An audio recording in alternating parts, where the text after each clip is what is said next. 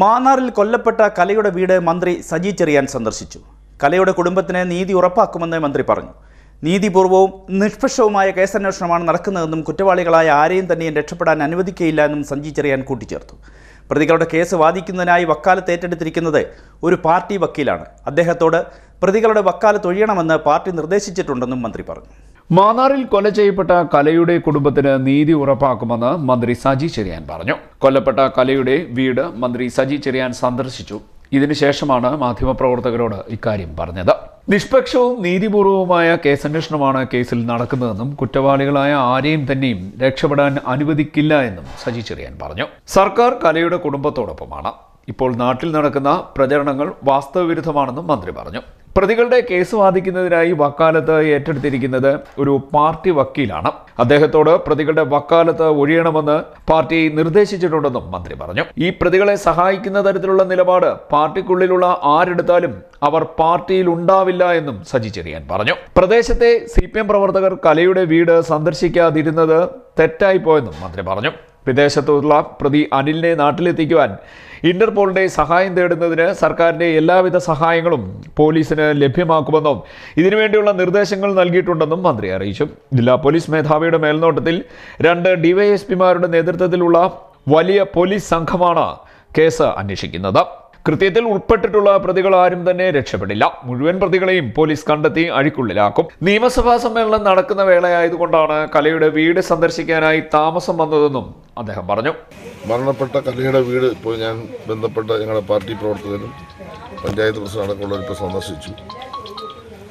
നിയമസഭാ സമ്മേളനം ആയതുകൊണ്ടാണ് കഴിഞ്ഞ ദിവസങ്ങളിൽ എനിക്ക് വരാൻ കഴിയാതെ പോയത്.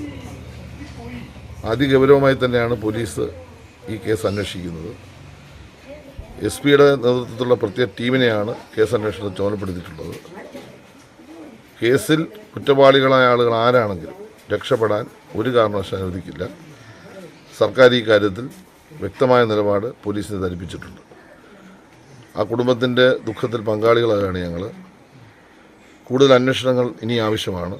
അന്വേഷണം കൂടുതൽ നടത്തി യഥാർത്ഥ കുറ്റവാളികളെ നിയമത്തിൻ്റെ മുന്നിൽ കൊണ്ടുവരിക എന്നതാണ് ഞങ്ങൾ സ്വീകരിക്കുന്ന നിലപാട്. എന്നാൽ ഈ പ്രദേശത്ത് തെറ്റിദ്ധാരണ ഉണ്ടാകുന്ന രൂപത്തിലുള്ള വലിയ പ്രചരണങ്ങൾ നടക്കുന്നുണ്ട്. പ്രതികളെ രക്ഷിക്കാൻ ആരൊക്കെയോ ശ്രമിക്കുന്നു. അങ്ങനെ ഒരു സംഭവമില്ല. 2 മാസം മുമ്പ് കിട്ടിയ അറിവിൻ്റെ അടിസ്ഥാനത്തിൽ കൃത്യമായി വളരെ രഹസ്യമായി പോലീസ് അന്വേഷിച്ചാണ് ഇപ്പോൾ ഈ കേസിൽ പ്രതികളെ ആദ്യഘട്ടത്തിൽ അറസ്റ്റ് ചെയ്തിട്ടുള്ളത്. അങ്ങനെ ഇടപെടലുണ്ടായിരുന്നെങ്കിൽ ആ സമയത്ത് തന്നെ അന്വേഷണം വേണമെങ്കിൽ ഉപേക്ഷിക്കപ്പെടുമായിരുന്നു. അപ്പോൾ ഒരു ഇടപെടലും ഉണ്ടായിട്ടില്ല, ഉണ്ടാകത്തുമില്ല. ഒരു പട്ടികജാതി വിഭാഗത്തിൽപ്പെട്ട പെൺകുട്ടിയാണ് കല. ആ വിഭാഗത്തിനെ സംരക്ഷിക്കേണ്ടത് രാഷ്ട്രീയ ഉത്തരവാദിത്വമുണ്ട്. CPM-ന് ഗവൺമെൻറ്റിന് ഉത്തരവാദിത്വമുണ്ട്.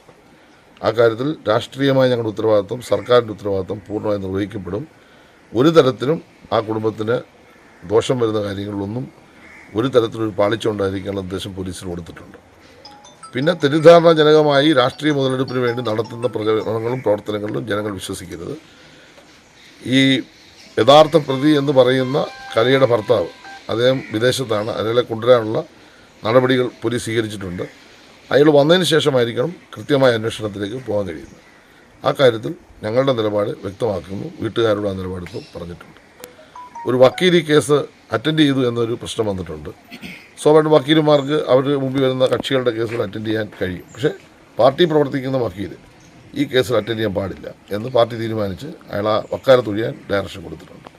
പാർട്ടി എന്ന നിലയിൽ ആരെങ്കിലും ഏതെങ്കിലും തരത്തിൽ ഈ കുടുംബത്തിൻ്റെ ഈ പ്രയാസത്തിന് അപ്പുറത്തേക്ക് ചിന്തിക്കുന്ന ഒരു തരത്തിലുള്ള കാര്യങ്ങളും ഉണ്ടാകില്ല. അങ്ങനെ ഉണ്ടായാൽ അവർ പാർട്ടിക്ക് പുറത്തായിരിക്കും. ഭർത്താവ് എന്ന് പറയുന്ന ആൾ, ഒന്നാമത്തെ പ്രതിയായ ആൾ വിദേശത്താണ്. അയാൾ വന്നെങ്കിൽ മാത്രമേ വസ്തുതാപരമായി പോലീസിന് നിഗമനത്തിലെത്താൻ കഴിയത്തുള്ളൂ, അല്ലെങ്കിൽ തീരുമാനത്തിലെത്താൻ കഴിയും.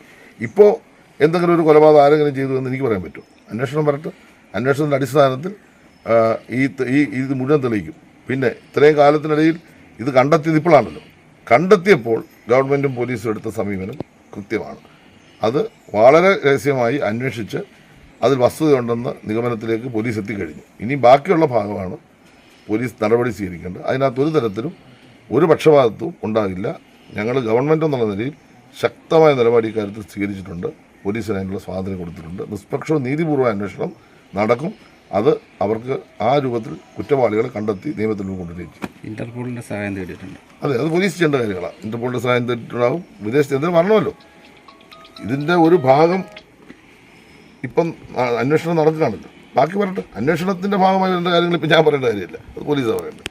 ഇവിടെ വന്ന വിഷയം ഇതിൽ വേണ്ടത്ര തരത്തിൽ ഇടപെടുന്നില്ല, അല്ലെങ്കിൽ അവർക്ക് ചില ചെറിയ സഹായങ്ങൾ എതിരാളികൾക്ക് ചെയ്യുന്നുണ്ട് എന്നുള്ള തരത്തിലുള്ള ഒരു ക്യാമ്പയിൻ നടക്കുന്നു, ഒരു കള്ളപ്രചരണം നാട്ടി നടക്കുന്നു. അത് വസ്തുതാവിരുദ്ധമാണ്. അങ്ങനെ ഒരു തരത്തിലും ഈ കേസിൽ രാഷ്ട്രീയമായ ഒരു ഇടപെടൽ ഞങ്ങൾ നടത്തത്തില്ല. എതിരാളികൾ ആരെങ്കിലും പറയുന്നുള്ള കള്ളപ്രചരണം മാത്രമാണ്. ഞങ്ങൾ ഈ കുടുംബത്തോടൊപ്പമാണ്, ഇരയോടൊപ്പമാണ്. ന്യൂസ് മന്നാർ.